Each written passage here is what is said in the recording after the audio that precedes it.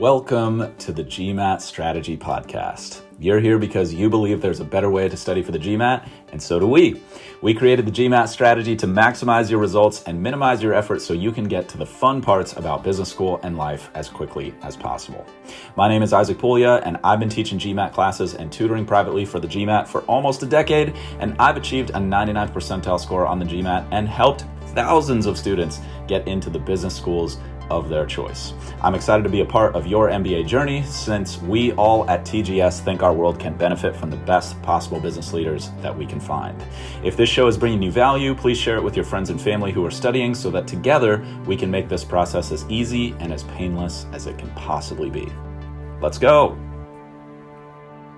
Today, let's talk about what to do if your GMAT score goes down. Obviously, this is a terrible situation. That comes with a lot of terrible feelings, and no one wants this to happen, but it happens quite a bit. And it even happened to me multiple times, if you can believe that, back when I was studying, and I felt terrible. I felt like quitting. I felt like I wasn't good enough or smart enough or hardworking enough, all those things. And the good news is that none of that was true. I just didn't have an accurate map of the situation. So that's what I'm going to give you today, so that in the event that you do, or that you have seen a score decrease, you can get it turned around and reach your goal faster. Let's go. The number one reason people see score decreases is that they are taking too many practice exams, but not learning enough from each practice exam before they take the next test. There are a lot of reasons that people take too many practice exams without learning enough in between them, but the top two by far are number one, just bad advice. Other people telling them to take a lot of practice exams. This comes from people who don't know what they're talking about, or people who are super smart, natural test takers who just took a bunch of practice exams and got a super high score. That's great for them, but you might have a different set of challenges. I certainly did back in the day. So we want to handle those challenges properly. The second reason that people take too many practice exams is they're thinking that taking practice exams makes them better. Look, if you're taking a lot of practice exams and your score is going up every single time, stop listening to this episode. That's actually a super rare situation, though. It's extremely, extremely rare to just take practice tests and see consistent improvement, because practice tests measure your skills. They don't necessarily increase them. That's really, really important, and it is not discussed nearly enough. But it sounds illogical. That I think is a problem. It makes sense because in other situations, doing something a lot usually does make you better. That's what really messes with people in this situation. You're used to just brute forcing something and just wearing it down with a lot of reps. And that works great in a wide variety of situations. In fact, that is the way to go in a lot of difficult situations in life, but it rarely, rarely works with the GMAT. So if you're talking to your friends or your coworkers or other people you've networked with at business school, and they're like, oh, I just took a few practice tests across a couple weeks, and then I got a 785. Then they're probably just super, super naturally talented. It's like the person who goes and becomes a professional athlete without ever working out in their life. Like those people are just genetically gifted. They won the genetic lottery with intelligence and test taking, and that's amazing. That's amazing. Life is beautiful in a lot of different ways, and it takes all different kinds of people to make the world go round. And there's many, many places for those people, but there's also many, many places for you if you're not that kind of person. Like I said, obviously things worked out for me. I was not that person. It took a lot of work and a lot of self-reflection and a lot of strategizing for me to finally get across the finish line with this test. And that's part of the reason I'm still doing this. Is I know there's a lot of you out there who are not that naturally gifted person, but you have a tremendous amount to contribute to the business community. You're going to be an incredible business leader, or you're already an incredible business leader and you're just going to the next level. And the only thing bottlenecking you is you just don't understand how to study for the GMAT. And that's a very fixable problem, in my opinion. So let's keep the discussion going in that spirit. Instead, you want to think about taking practice tests like working out. You don't get stronger during the workout. During the workout, you're actually stressing your body, and then it's during your rest time and your recovery time that you build up resilience. And with practice exams, it's your review process between the exams, after the exam, and your targeted study based on that review. That's what drives the improvement. It's not just sitting there taking a lot of practice exams. Again, that just rarely works. I would say it's far less than 1/100% of people who just take a lot of tests and get a great score. Now, I've found that a lot of providers give bad advice about how to review practice exams, and that's really unfortunate. So if you've been following your provider's advice and it hasn't been working, here's a good, simple framework that you can use to review well. In each section, you want to pick one thing that you think will improve your score the most. So by each section, I mean one thing in quant, one thing in verbal, one thing in data insights. So in quant, it might be timing, or it might be your algebra skills, or something like that. In verbal, it might be something like critical reasoning, strengthened questions. The way to figure out what this top area is quite simple. You just ask yourself what thing that if you could instantly fix it, like wave a magic wand and you would instantly be better at it, what one thing in the section would turn the most number of wrong questions into right questions? Just think about it on that super basic level. So if I could wave a magic wand and magically turn as many of these red things into green things as I can, what topic or what area would I wave that magic wand for? Just keep it simple. Just figure out that one top single area in each one of the three sections, and that'll give you a top three areas that are likely to move your score the most. Then get a copy of the official guide for GMAT review if you don't have one already, and do all the questions in those three areas. Every single question in those three areas. So if it's all of critical reasoning, you got a lot of questions to do. If it's critical reasoning strengthened questions, you'll have slightly fewer questions to do.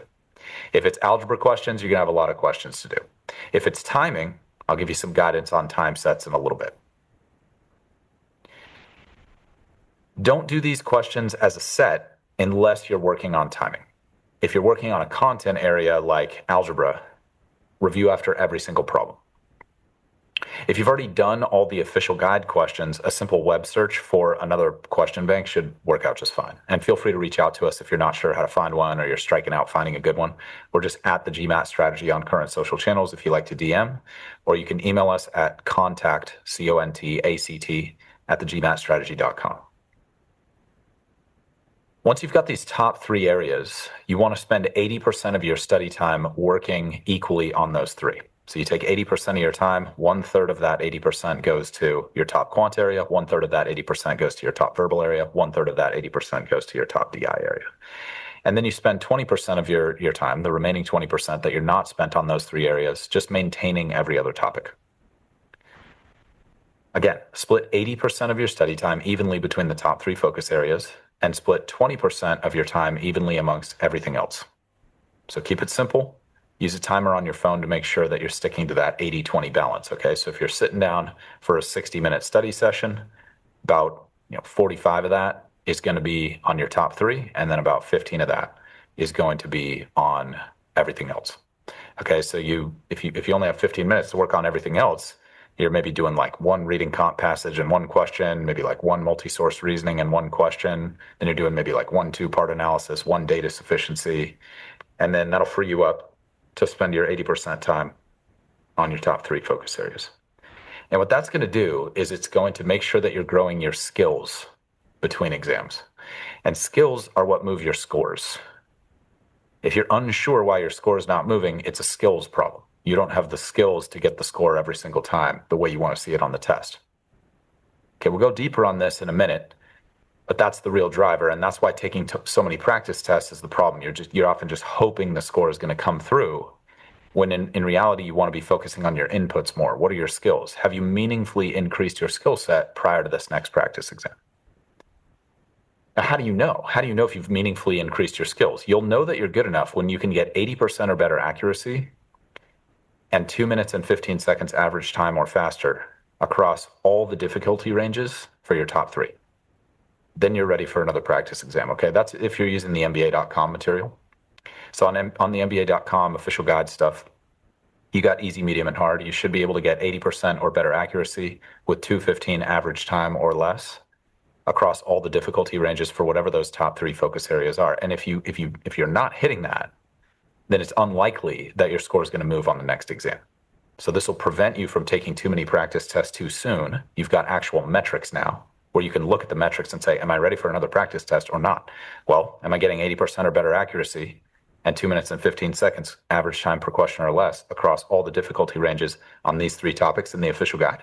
If I am, great, ready for the next practice test. If I'm not, I got to stay at the desk and I got to just confront the resistance that I might have to working on my skills and stop just hoping that I'm going to see the score on the practice test if I sort of just rip the Band-Aid off and do it.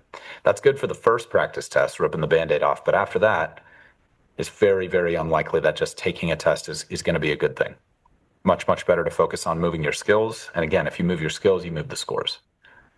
Now, if you, again, can't reach those metrics, very unlikely that you're going to see the score move. Probably going to be a waste of time to take another practice exam. So I know that can be harsh. I know that can be hard to challenge yourself to get to that level. And it might take a little bit longer than you want it to. But it's going to pale in comparison to the pain of seeing your score go down. And I can tell you that with a great deal of authority because I know that pain better than most. And I speak with tons of people every year whose scores have gone down, and I'm still trying to forget what that felt like. And it is not easy to forget those feelings, everybody. So I highly recommend avoiding those feelings completely by taking the advice that I'm giving you here. Trying to make it simple and actionable for you. Okay, so if you stick to those metrics across all difficulty levels on whatever platform you're using, so that if you're using free platforms, you can go 80%, 2 minutes and 15 seconds across all difficulty ranges in that segment. If you're using the official guide, which I highly recommend, then you're going to go across all easy, medium, and hard.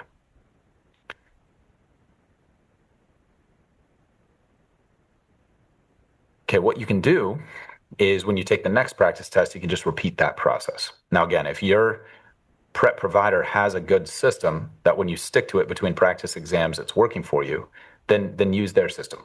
This is just a simple system if you don't have a framework like that. And if you're self-studying and you've been trying to use some of the frameworks out there and they haven't been working for you, okay, this will work. Number one reason people's scores go down is too many practice tests without enough study in between. The second biggest reason people see score drops is that they don't have a consistent process for managing time. And I mean time during the section. If you run out of time at the end of a section, it doesn't matter how good your other skills are. You're going to get a significant penalty for not finishing the section. We're talking up to 50 points on the overall score from leaving one question blank at the end of one of the 3 sections.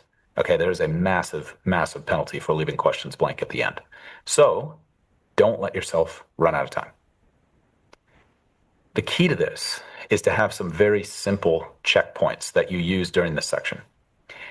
I've found that there are some better and worse checkpoints for different types of folks. What's important is that you have checkpoints that work for you. A simple checkpoint system could be 10 minutes for every 5 questions.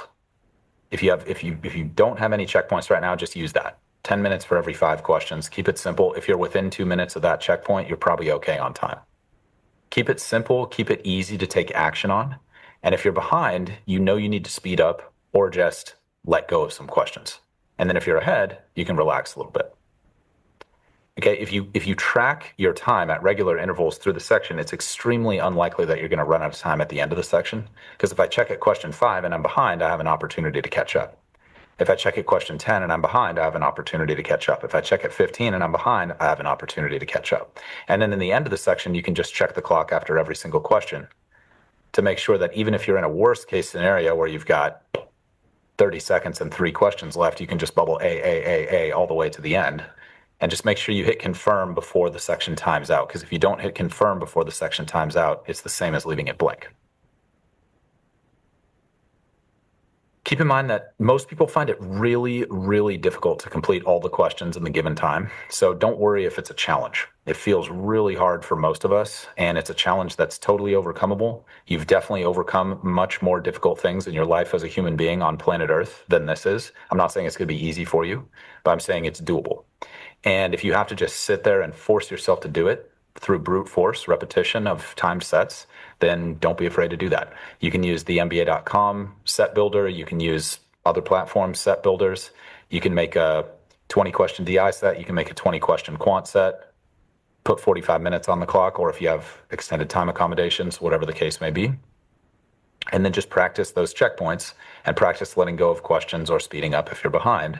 And eventually you'll calibrate yourself to the point where you can finish the section on time. And it's a big reason people see score drops because they improve their skills. Then they're more excited to get credit for those skills. So they overinvest on the early questions in the section, and then they run out of time earlier and earlier in the section as they take more practice tests. That was a big problem that I had back in the day. So first I would run out of time while answering the last question. Then I would run out of time with one question blank. Then I'd run out of time with two questions blank because I kept spending more and more time at the beginning of the section because I had more and more knowledge that I wanted to get credit for. And that's a very, very vicious negative cycle. You want to get out of that cycle as quickly as possible. And that's a simple, simple way to do it. Just make some simple checkpoints for yourself. If you're not sure what checkpoints to use, just use 10 minutes for every 5 questions. And just put in the reps until you can manage your time better. The third biggest reason people see score drops is that they don't have a consistent method for getting the questions they know how to do right. And if you've been following the pod for a while, you've heard me talk about this a lot. I know this might sound a little crazy, but if you've been studying for a long time, you probably already know how easy it is to miss questions you know how to solve. It happens for a wide variety of reasons, like misreading, making calculation mistakes, all kinds of other things that are similar to that. And the key is to have a consistent method for deleting those mistakes. What I see most often is people just tell themselves not to make that mistake anymore. And that usually doesn't work. Usually doesn't work very well. Okay, like think about if you've ever ate too much or drank too much, and you're like telling yourself, oh, I'll never do that again. And then what happens? If you're like most people, unless you take serious, serious action to build a new habit or stop the old habit, that habit is just going to keep coming back. Okay, so try to be very, very, very honest with yourself. If you made the mistake once, it's highly likely you're going to make it again unless you have a major intervention in the moment. So there are a lot of good systems for tracking these questions that you know how to do but get wrong. But a really simple one that you can implement today if you don't have the fancy spreadsheets or the fancy programs or the tutors who spent, 300 hours making their error log or whatever these folks are doing. All due respect to that, by the way. There's a time and a place for that kind of approach. But if you don't have access to that, a simple way to do it is just have a piece of paper or a note card on your desk at all times. And on it, just list the key habits you need to implement to avoid missing questions you know. Again, just have a piece of paper on the desk 100% of your time. If your studying is all digital, have it as your background screen or your desktop, or just name a file on your desktop, all the things that you need to do, or have a note showing there. And just make sure you see it many, many, many times as you go through every single study session. Because the key to building the new habit is a lot of reminding yourself to do the new habit. Most of us need to be reminded more than we need to be taught. We already know the things that we should be doing. We're just not reminding ourselves to do them enough. Really, really valuable. Really simple too. I mean, comically simple. So a couple examples. Maybe the first habit is take notes as I read questions, something like that, or like double check each step in my computation. If you've listened to our Real GMAT problem series, you'll hear me talk about that a lot. Things like simple new habits like that tend to work really, really well. And just update the list over time as needed. As habits become automatic, you can take them off, you can reprioritize other habits. But the key is if you're not seeing those habits multiple times per study session, it's very unlikely that they're going to become the new habit. It's just old habits are really hard to break.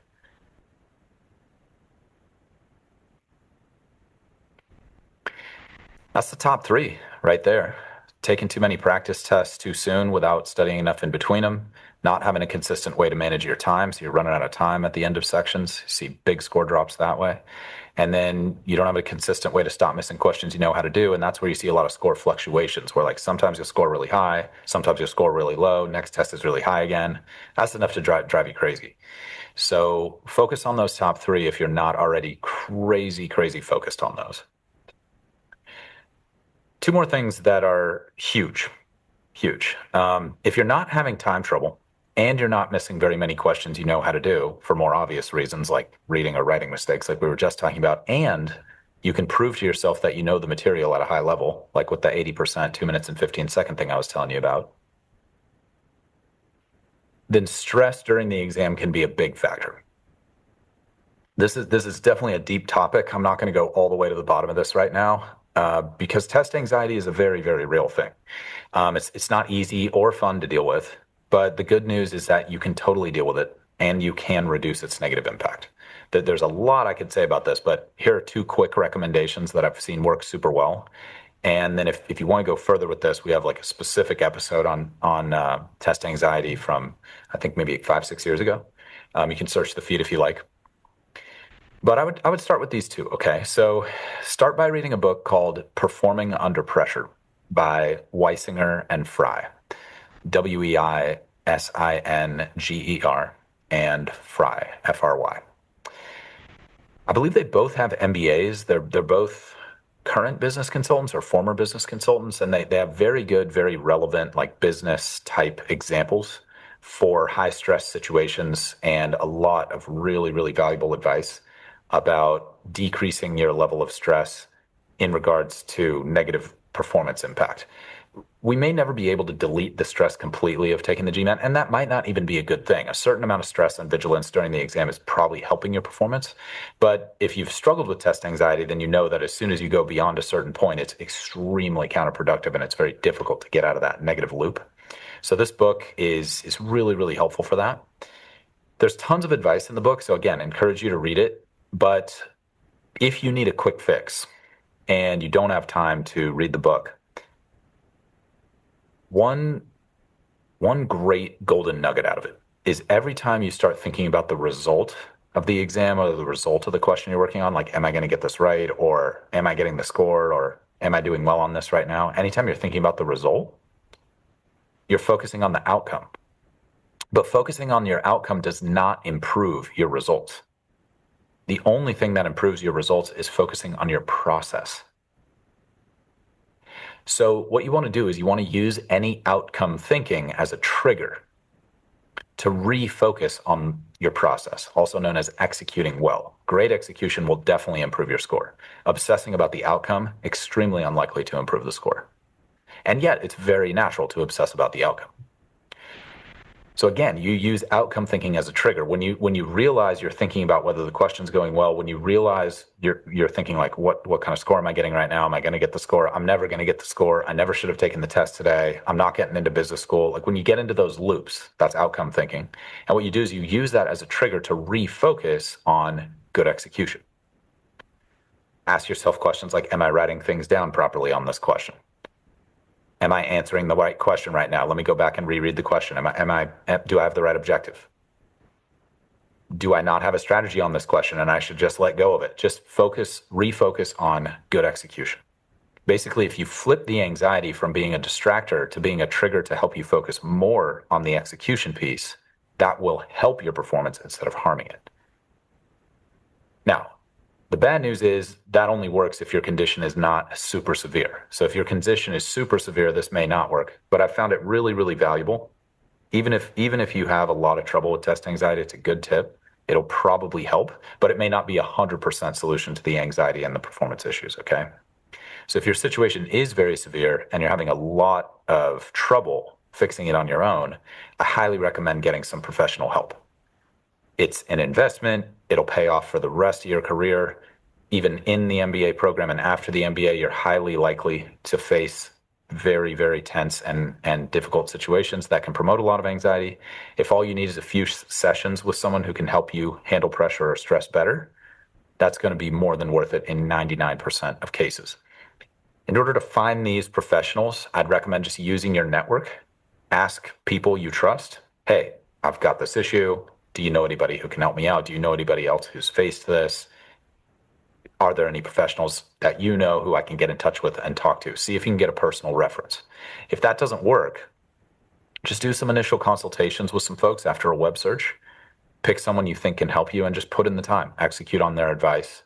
Be faithful with the homework they give you. And it's an unfortunate problem for sure, and no one wants to have to deal with it. but the key is recognizing it's a problem like any other problem. There is a solution if you work on it properly. Okay, so test anxiety is super real. I highly recommend the book Performing Under Pressure. If you go through that book and you're still having a lot of trouble, I really recommend getting some professional help. Very, very worth it. If you just do the quick math on the ROI on your MBA and the amount you're going to invest in getting it, I think you'll find that a few sessions with a good anxiety professional is going to be more than worth it. The last issue that's surprisingly common is you might be using the wrong program. Sometimes it's a situation where everybody means well and it's just not a fit. It's not that the platform is good or bad.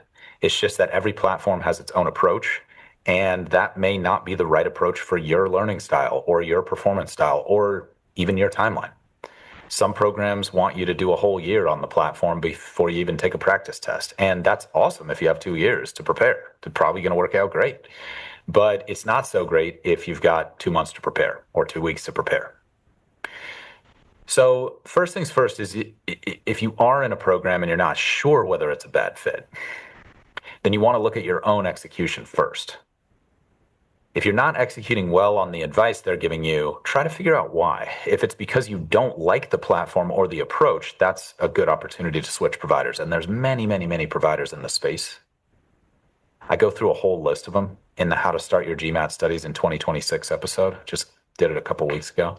So feel free to check that out if you're not sure what providers are going to be a good fit for you, or if you need to switch it up. We also have a episode called How to Switch GMAT Providers if you want some more detailed advice on that. It's a really, really common thing, unfortunately common. And yeah, if you have to do it, it's not fun, but it's a heck of a lot more fun than failing at the process and not getting the score that you want. Let's just put it that way, okay? I had to switch providers twice back in the day when I was working on this, and it was a huge bummer. Tons of time and energy down the drain, tons of cash down the drain. But at the end of the day, it was important enough to me to get the win, and just had to deploy some perseverance there. You can do the same. And you don't have to love it. You don't have to love it. It's a one-time thing. Now, if you're not executing because of something that's more about you, and you do believe in their approach, then you want to take a look at your own discipline, your own willpower, and your own consistency habits. Because sometimes it's not the provider. Sometimes you're just not doing what they're telling you to do, and that's in your control. Now, I would say that's rare, but because most of you are really high functioning, like really motivated, hardcore people. But if you're having trouble with your discipline or your consistency, just search our audio feed or video feed for discipline. We've got a great episode on how to build your discipline, specifically related to the GMAT, and we've got a great episode on how to become more consistent in general. It's called How to Score High Consistently on the GMAT. In general, if you're executing well on what a program's telling you to do and your score's not improving, it's time to switch. It's just not a fit. It doesn't mean anybody's a bad person or anything like that. It's just you've got a job to do and the job's not getting done. So you got to find another path, okay? At least do yourself a favor and do some research on other options out there, and feel free to message us if you need help with that and you're not sure how to make the choice. In fact, just so you know it's there, we introduced a free service a few years back where you can actually book a call with us and speak live, and we'll help you make a good decision about how to switch providers and about how to move forward if you're not having success with your current approach. Again, like I said, that was the situation I was in many years ago after failing with 2 different programs, and you can imagine how that felt. Felt real bad, like I said at the top of the episode. Let's just leave it at that. And I don't want any of you to have to deal with that alone, like I did. So if that sounds helpful, you can just go to the website. It's thegmatstrategy.com. You can check out our free video to learn a little bit more about our approach. And then from there, you'll be able to share a little bit more about your situation and book the call if you're still interested. If you watch the video and you're not feeling our approach, that's fine. Don't have to get on the call. And if you're just not interested in this for whatever reason, or you don't need that kind of help, that's totally fine too. I just want you to know it's there in case you're struggling with it and if it sounds like it'd be helpful for you. Finally, if you want to work with us directly and you're interested in our products and services, we're happy to talk through that and what a custom program with us would look like for you. We don't have any cookie cutter one size fits all programs. Everything we do is customized for the individual. So there's no expectation that if you book a call with us that you're going to ask about our programs. In fact, we rarely bring them up unless you specifically ask about them. But I do want you to know it's an option if you want more extensive help after the call, because the call is a one-time thing.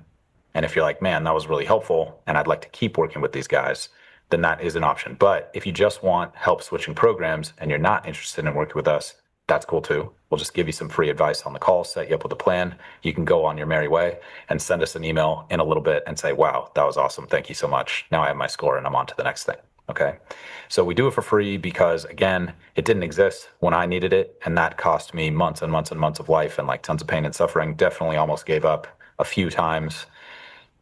And my life would have been measurably worse if I had given up. And I don't want you guys to give up. Again, you have a lot to contribute.